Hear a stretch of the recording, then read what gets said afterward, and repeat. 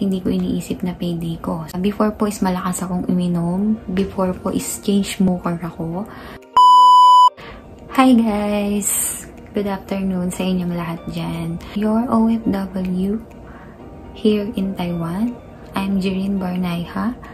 So, for today's video guys, as you can see sa aking title, ng aking thumbnail, i-share ko sa inyo yung mga technique na ginagawa ko para makaipon ako kahit nabibili ko pa rin yung mga luho ko. So, i-share ko sa inyo kung ano yung mga technique na ginagawa ko para mabili ko yung mga luho ko at the same time, meron po akong ipon.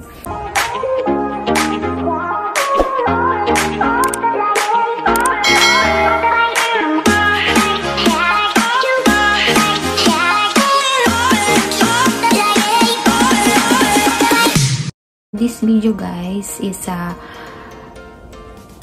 tutorial para dun sa mga nahihirapan mag-ipon. So, hindi po ako expert sa pag-iipon, sa negosyo, or sa sobrang ganda ng buhay. Wala pa po ako sa ganun, pero I claim it na darating din ako sa time na ganun. Based on my experience na mga nangyari sa buhay ko or ginawa ko para maabot ko yung mga nangyayari sa akin, at the same time magkaroon ako ng ipon kahit nasusunod ko yung mga luho ko na hindi naapektuhan ng aking ipon. I-share ko lang sa inyo to based on my experience na baka makatulong sa iba or kapulutan ng aral ng iba. So, i-share ko lang sa inyo, wala namang masama, diba? Ibibigay ko sa inyo guys yung 5 factors na ginagawa ko personally para makaipon ako. So, marami kasi sa atin dito as an OFW. Sobrang tagal na sa ibang bansa pero wala silang naiipon, diba? Dahilan yan kasi minsan yung papadalan mo yung pamilya mo. So, marami tayong responsibilidad. Marami tayong mga tinutulungan sa Pilipinas bilang OFW. Tayo lang inaasahan nila. So, ganun talaga ang buhay. Pero, kailangan hindi naman tayo panghabang buhay dito sa abroad. Kaya kailangan pagdating ng time, meron tayong nasisave bago tayo umuwi ng Pilipinas. I-share ko ngayon kung ano yung mga technique na ginagawa ko para makaipon ako sa sahod ko kahit nandito ako sa abroad. At the same time, nasusunod ko yung mga gusto kong bilhin ng mga luho ko. So, for today's video, ang title ko is paano makaipon kahit may luho ka. Hindi yung sinabing sobrang luho mo. May luho ka, may mga gusto kang bilhin, ganyan. Ganun naman tayo, diba? Nabibili natin yung mga gusto natin. Luho na ang tawag doon. Pero, merong good luho at saka bad luho. So, ito, share ko lang sa inyo yung mga ginagawa ko para makaipon pa rin ako kahit na nagluluho ako. So, yun nga po, yung ano natin ngayon is paano makaipon. So, yan, meron akong kodigo, pero ginawa ko to based sa aking experiences. So, para lang masabi ko sa inyo siya ng maayos, no? Paano makaipon kahit may luho. So, number 1 natin, guys, dito. Una kong ginagawa, guys, para makaipon ako, kahit dumarating yung time na nagluluho ako, is number 1, guys. Number 1 po is, huwag mong isipin na payday ngayon.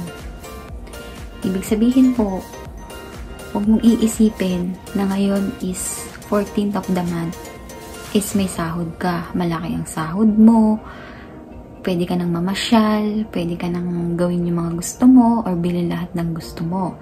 Yun po yung una kong ginagawa. Sa tinagal ko po sa abroad, hindi ko iniisip na payday ko. Darating po ang every 14th of the month, hindi ko iniisip na payday ko. So, ano lang po yung ginagawa ko? Alam kong payday is yun yung pinaka, ng mga nagtatrabaho na maggala, magpadala sa pamilya. So, ibig sabihin, pagkasahod pa lang, mag-withdraw na kasi maraming responsibilidad. Sa akin po, hindi ko laging iniisip na payday ko. Kahit payday ko na po, hindi ko pa po yan wini-withdraw. So, ibig sabihin po, meron kasi tayong mga, pag nag-payday tayo, gala agad.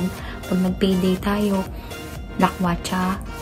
nood ng sine, lahat na gagawin mo, bili ng gamit, bili ng ganyan, kung ano-ano, di ba po? Yung iba ganun, pero hindi naman po lahat. Kasi iniisip nila, sahod na. So, pagdating po ng sahod, na ilalagay po nila agad sa mga paggagala or sa mga gusto nilang bilhin, ganun po. Sa akin po, hindi ko iniisip na payday ko. So, ibig sabihin po, kahit sabihin payday yan, malaki yung pera mo sa ATM, parang ordinaryong araw lang sa akin yun. Kung ano yung routine kong ginagawa araw-araw, ganun pa din po ang ginagawa ko.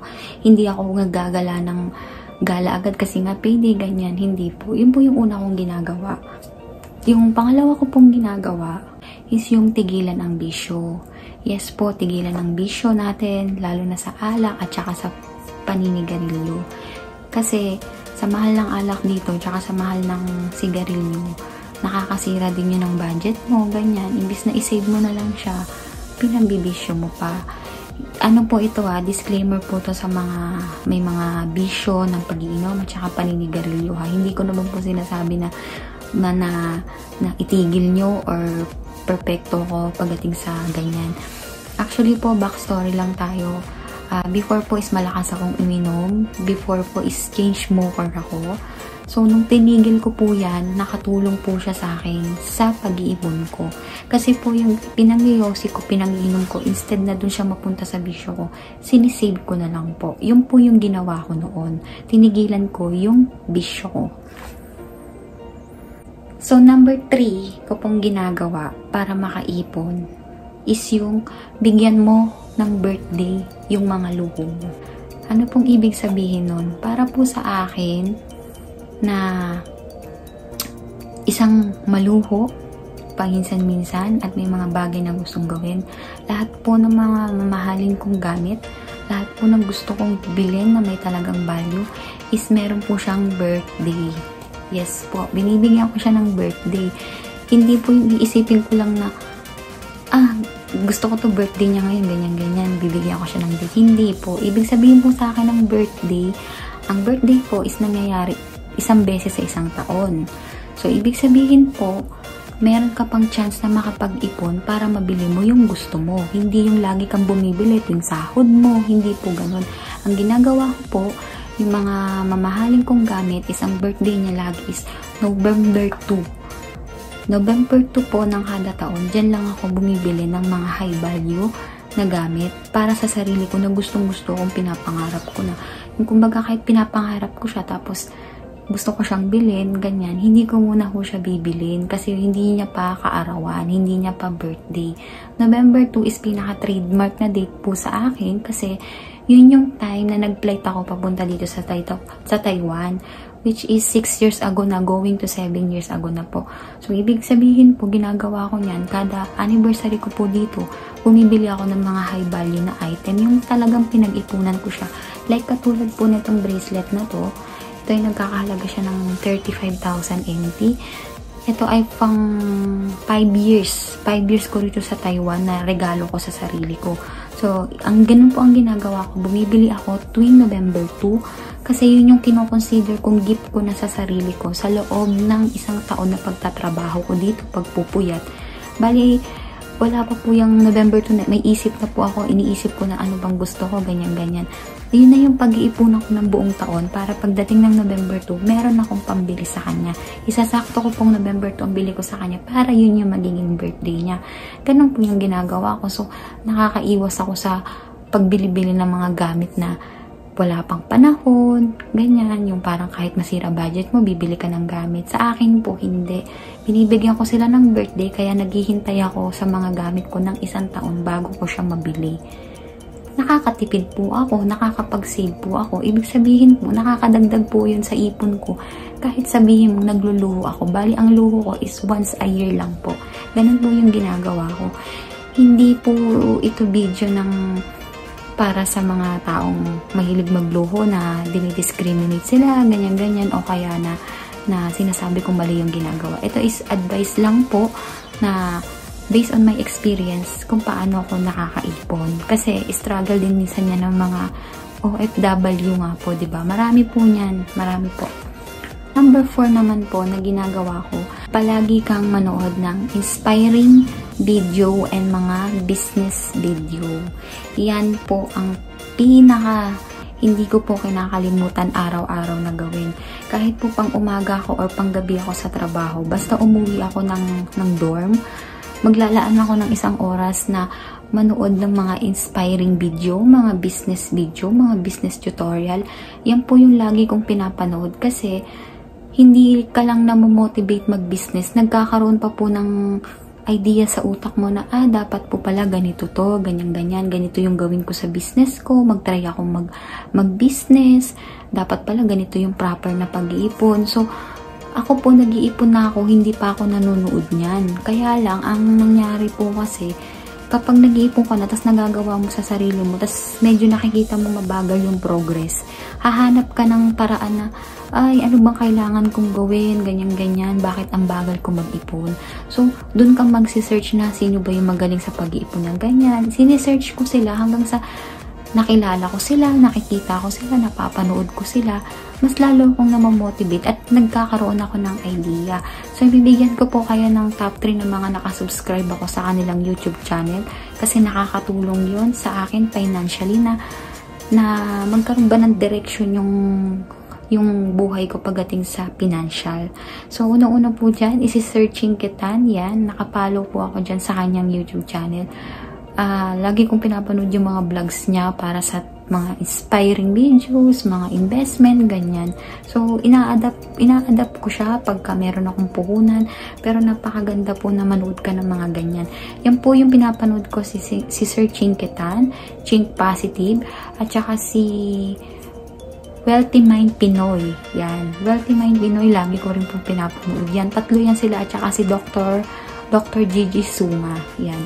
Sila po yung mga pinapalaw ko na lagi kong pinapanood. Pagdating sa mga business at inspiring na istorya, para ang nangyayari ho, nare-refresh yung utak ko, naiisip ko na, ganun pala dapat yung ginagawa na para umangat din ako sa buhay. Masarap po manood ng ganyan. So, yun po yung number 4 ko. Tapos, yung pinaka number 5 ko po is yung, syempre, wag tayong tamad. Joke lang, hindi. Kasi may trabaho naman tayo, di ba?